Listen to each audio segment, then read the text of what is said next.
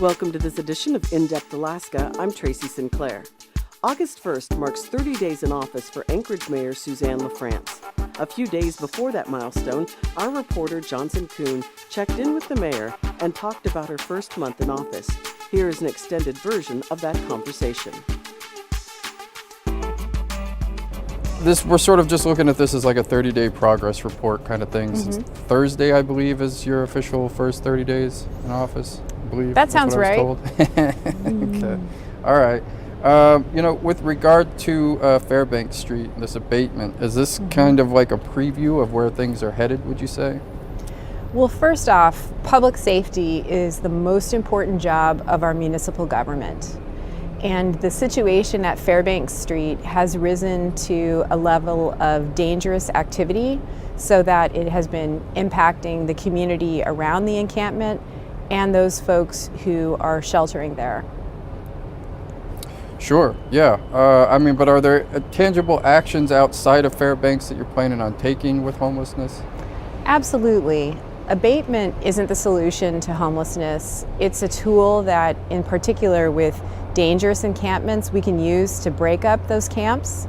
And we are working on a long-term plan for emergency shelter, especially in the winter, and also on a larger plan to engage with stakeholders and connect people to housing and supports, because ultimately we want to see more people housed. I'm just curious, is it a policy? Do you personally ever go and see these? Like, have you gone to Fairbanks yourself and seen it? Not that I'm suggesting you have to, I'm just curious. Have you personally seen it? I have. I've driven to different encampments. It was a wild scene, yeah? We Yes. work right across the street, so every day I feel like it's something different. But it almost feels like a problem that doesn't have a solution. Do you ever feel that way? Well, homelessness is certainly complex. And again, it comes down to public safety being the most important function of municipal government. And I'm really grateful to APD for the crime suppression efforts of last week. And that resulted in 90 arrests and the seizure of a number of illegal substances. And so when we look at these encampments, we know that there's a certain percentage of folks, like at Fairbanks Street, who are engaged in criminal activity. And that requires a law enforcement response. Fairbanks Street has gotten so dangerous that outreach teams, don't feel safe going there. And then there are those individuals who aren't engaging in criminal activity who need to access housing and supports. So it's important to align those resources correctly.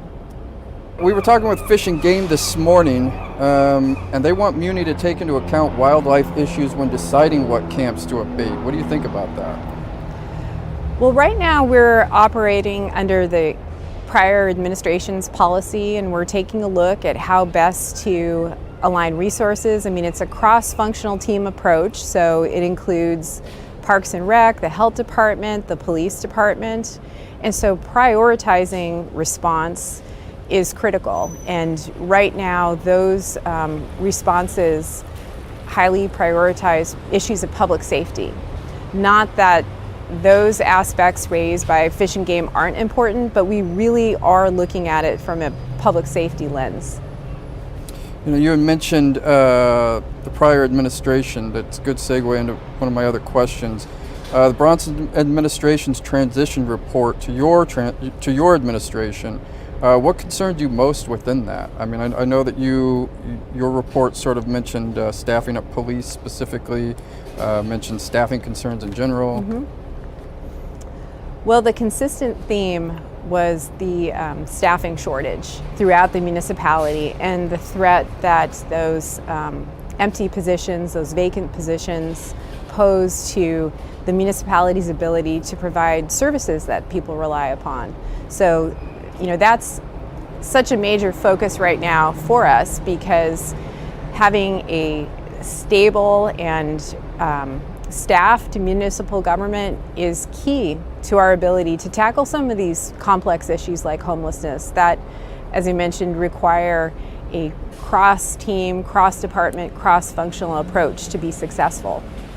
And do you feel staffing, with regard to the increase or the however you want to say it, the spike in officer-involved shootings that we've seen within the last couple months, would you suggest that staffing and training have been within the police department have been, an issue or a part of that? Well, I'm looking at the big picture, and right now, the number of vacancies at APD is very concerning.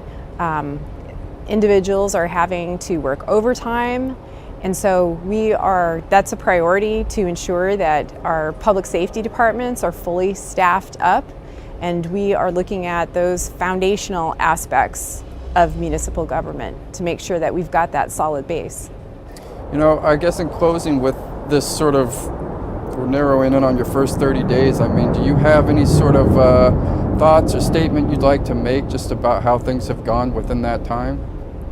We're continuing to focus on building a strong team, and as more of our team members start, we are able to dig in to some of these issues in a thoughtful, deliberate way. And I'm looking forward to fully building out the team and working with members of the community and stakeholders to move us forward.